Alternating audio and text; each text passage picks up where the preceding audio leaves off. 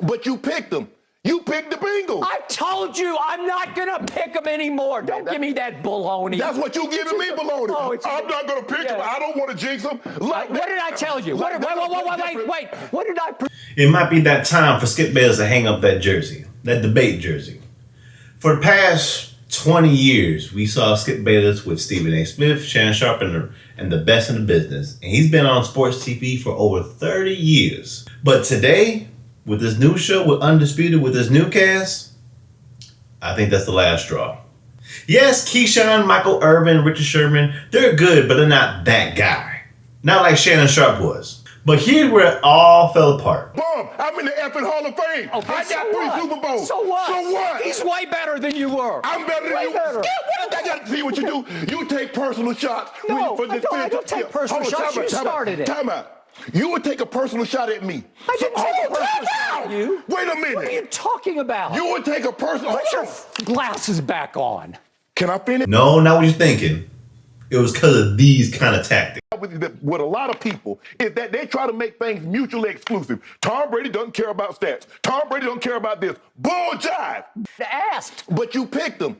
You picked the Bengals. I told you I'm not going to pick them anymore. Don't give me that baloney. That's what you giving me, baloney. I'm not going to pick them. I don't want to jinx them. What did I tell you? Wait. What did I predict before the year started? I said the Hall of Fame, but for 6 straight years, all of those moves were good, great. You add up all the good moves to great. This team is way better than it was at the trade deadline when it got out from under Russ, out from under Pat Bev. Can I ask you a question? Were they better than what they were when they started the season? At the trade deadline? The team that they have right now, is that team better than what they had at the beginning of the season? Way better. So therefore it might... Cowboys, Braun, Tom Brady, do that all over again for 365 days a year, every day. Those redundant arguments, those same complaints. I already know what Shannon gonna say. I already know what Skip gonna say. That's the downfall. The only guy people tuned in is because they did have beef. Like, okay, what they're gonna say next? Oh, the Tom Brady argument. I know Shannon about to flip off on Skip and Skip about to defend Tom Brady, or vice versa. Skip Bayless about to say something about LeBron, and Shannon gonna go off on him. It was the same thing. That's what kept us tuned in. But now that key component has left because of that incident, there's nothing really to look forward to in that show. And now with this new cast, I think I saw somewhere that he's barely averaging under 100,000 people a show. Right now is struggling to draw 100,000 viewers to Undisputed. Skip Bayless is so desperate right now. They watch the show. They turned the Undisputed logo into a big gold chain. They got Lil Wayne coming on every Friday. GQ just published a story, the friendship between Lil Wayne and Skip Bayless. Here's Skip Bayless on a show right now that's struggling to get 100,000 viewers. I mean, it is in the toilet.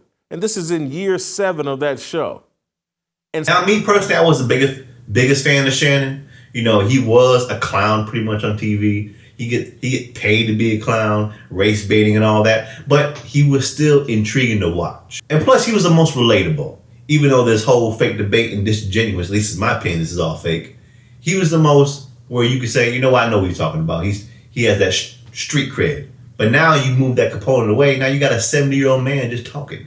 But I don't think this show's gonna last the next year. There's no way. They're gonna say, oh, everybody.